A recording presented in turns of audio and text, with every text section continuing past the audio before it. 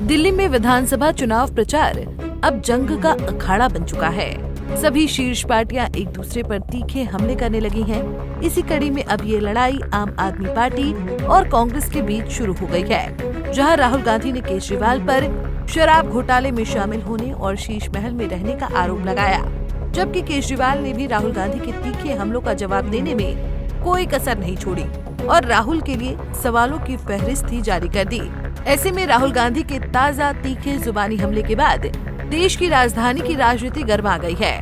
वहीं इन हमलों से नाराज केजरीवाल का पलटवार करने का तरीका कुछ इस प्रकार का रहा कि उन्होंने राहुल गांधी को कायर तक कह दिया। ऐसे में दो घटक दल जो केंद्र की राजनीति में महत्वपूर्ण भूमिका निभाते हैं, उनके बीच इस तरह की कुर्सी की लड़ाई देखना कहीं न कहीं इंडिया गठबंधन के लिए एक बड़ी चुनौती बन गया है। वहीं अब ये कहा जा रहा है कि कांग्रेस और आप के बीच की इस लड़ाई में कहीं हद तक बीजेपी को फायदा मिल सकता है। ऐसे में आइए विस्तार से जानते हैं कि राहुल गांधी ने केजरीवाल पर क्या क्या आरोप लगाए और केजरीवाल ने राहुल का कैसे पलटवार किया। दरअसल दिल्ली में इन दिनों चुनावी सरगर्मी नेताओं की बयानबाजी और तंजबाजी से बढ़ती जा रही है।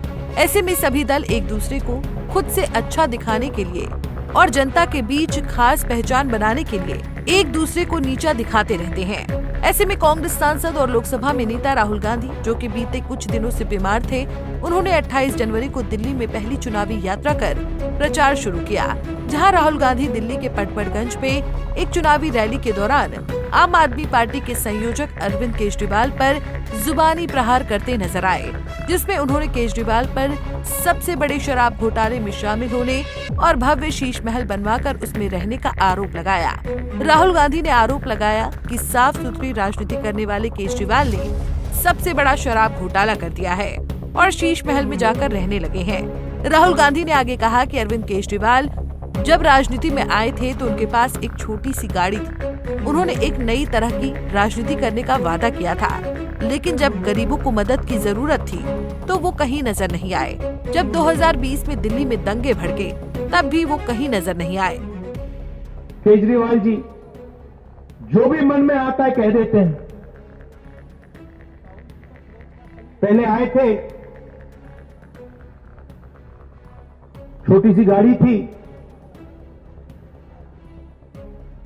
कहा था नए तरीके की राजनीति करूंगा।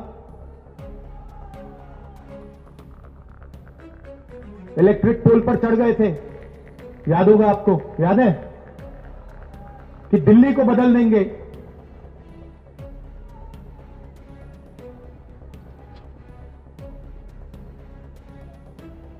और जब गरीबों को जरूरत पड़ी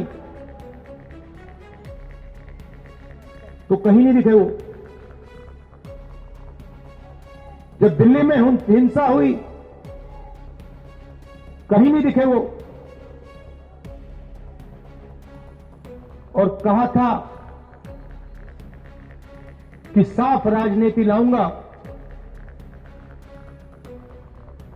और सबसे बड़ा लिकर का स्कैम दिल्ली में हुआ है और उनके घर की आपने फोटो देख ली। नरेंद्र मोदी जी ने मुझे घर से बाहर निकाल दिया, फेंक दिया उठा के। मैंने चाबी दी, मैंने उनसे कहा भैया लो अपना घर, मुझे नहीं चाहिए, भागो यहां से। और केजरीवाल जी महल में रहते हैं, शीश महल में रहते हैं।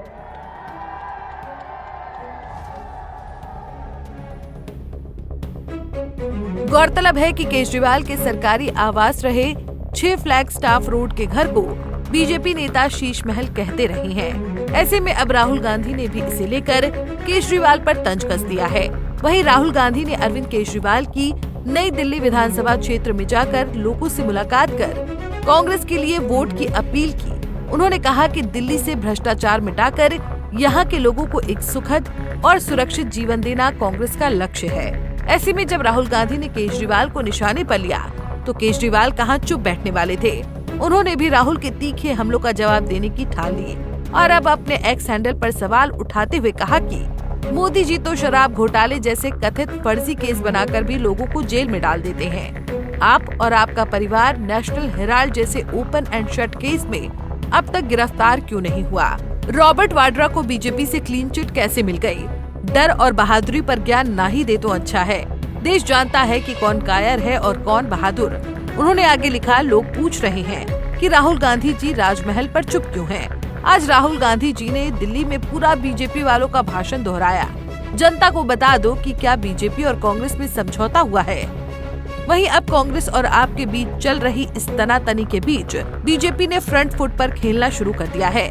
बीजेपी नेताओं का कहना है कि दोनों नेताओं के एक दूसरे पर हमले की विडंबना जनता समझने लगी है। वहीं बीजेपी जहां एक ओर दिल्ली चुनाव के नजदीक आने के पहले से ही अरविंद केजरीवाल के आधिकारिक निवास को शीश महल कहकर इसे बड़ा चुनावी मुद्दा बना चुकी है, तो वहीं दूसरी ओर दिल्ली में पिछले हफ्ते अपने चुनावी कार्यक्रमों को रद्द करने को लेकर राहुल गांधी पर लगातार तंज कस रही है। बीजेपी का कहना है कि राहुल गांधी और केजरीवाल के बीच कोई गुप्त समझौता हुआ है। बीजेपी जनता के बीच ये बताने की कोशिश कर रही है कि कैसे 8 महीने पहले हुए लोकसभा चुनाव में आप और कांग्रेस दोनों सहयोगी पार्टियां थीं और एक ही घटक दल यानी इंडिया गठबंधन से जुड़ी हुई थी। ऐसे में अब दोनों पार्टियों को क्या हो गया कि वो एक दूसरे पर हमलावर हो गई हैं। वहीं बीजेपी अब जनता के सामने इनकी विश्वसनीयता पर भी सवाल उठाने लगी है। बहरहाल राहुल गांधी और केजरीवाल के इन आरोप प्रत्यारोपों से देश की राजधानी में राजनीतिक माहौल और भी गर्मा गया है।